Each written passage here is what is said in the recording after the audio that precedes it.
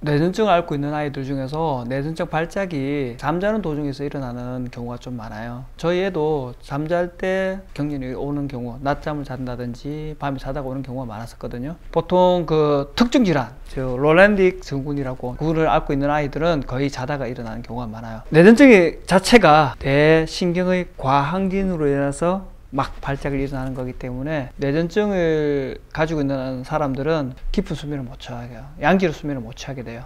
그래서 뇌전증을 하는 사람들이 수면장애가 있으면 수면장애로서 뇌가 피로해지고 그 피로해진 것들 때문에 뇌가 흥분하기 쉽게 되는 그런 악순환이 되게 돼요. 낮에는 피곤하니 낮에 좀 졸게 되고 또 밤에 잠을 못 자게 되고 피로가 만성적으로 좀 쌓이는 경향이 있고요. 밤에 잠을 제대로 못 잤기 때문에 낮에 졸리기 때문에 낮에도 약간 뇌에 이상파가 생기는 경향도 있어요. 뇌전증을 가지면서 수면장애 있는 아이들의 특징이 뇌전증 이전에도 잠들 때 조그만 소리에도 잘 놀라면서 잘 깬다든지, 잠을 잘 때 지나치게 땀을 많이 흘린다든지, 잠들 때 시간이 너무 오래 걸린다든지 수면장애를 가지고 있는 애들이 많아요. 뇌전증하고 수면은 상당히 밀접하고 수면장애가 있다면 꼭 수면장애를 해결해 줘야 됩니다.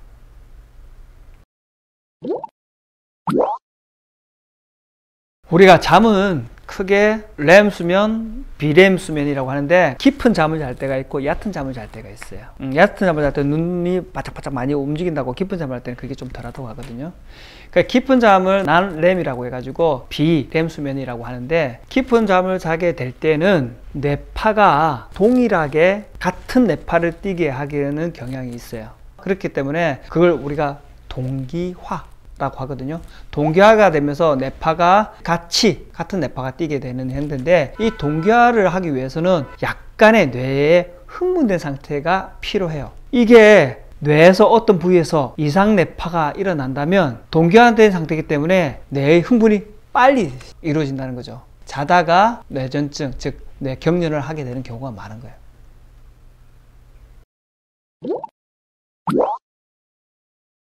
일단 첫 번째, 뇌전증으로 인해서 수면이 나빠집니다. 뇌전증 발작을 하게 되면 양질의 수면을 못하기 때문에 피로도 누적되고 수면 부족 장애 상태도 되게 돼요. 낮 생활이 많이 불편해지게 되고 뇌전증 경련이 일어나게 되는 경우도 있어요. 이런 경우는 보통 전신 발작보다는 부분 발작하는 사람들이 좀 많다고 하는데, 그런 경우도 있고 뇌전증 환자들의 뇌 기능에 변화가 생겨서 그렇기도 해요. 수면을 조절하고 수면 각성을 하는 것을 점검하는 그 뇌의 어떤 부위의 기능이 저하되기 때문에 깊은 수면을 못하게 된다고도 합니다. 그리고 두 번째, 그 항경련제의 영향 때문이기도 해요. 항경련제는 뇌의 흥분을 억누르는 거거든요. 뇌전증이 일어나는 부위만 억누르면 되는데 뇌 전체적으로 억눌러 버리기 때문에 우리가 항경련제를 먹게 되면 뇌의 기능이 많이 억눌러지기 때문에 많이 졸리게 되는 경우가 많아요. 약을 먹으면 좀 졸리고, 졸다 보면 또 밤에는 말똥말똥하는 경우가 많고, 뇌전증 약 자체가 불면증이 생기게 하는 경우도 있기 때문에 뇌전증 환자들은 수면에 그렇게 영향을 미친다고 합니다.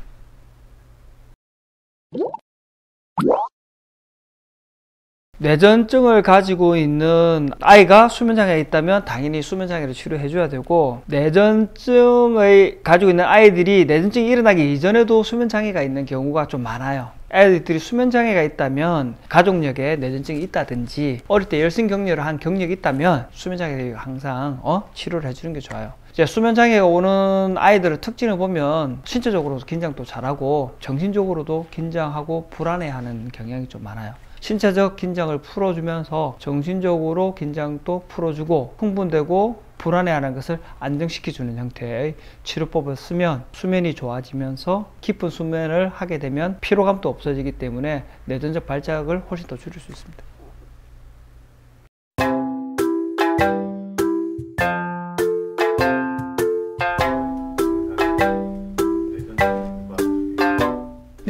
어릴 때 뇌전증이 없었다가 갑자기 청소년기 때 뇌전증이 온다든지 어른이 돼서 뇌전증이 오는 경우가, 과도한 스트레스가 보통 과도한 스트레스로 오는 경우가 많아요.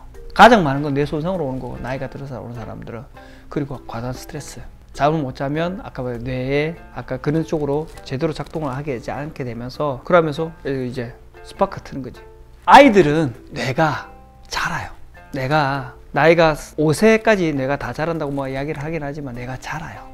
훨씬 세포의 분열이라든지 그런 게 많기 때문에 뇌에 손상이 오더라도 그 커버를 해준다고. 근데 성인이 되면 뇌가 그냥 고정화돼요.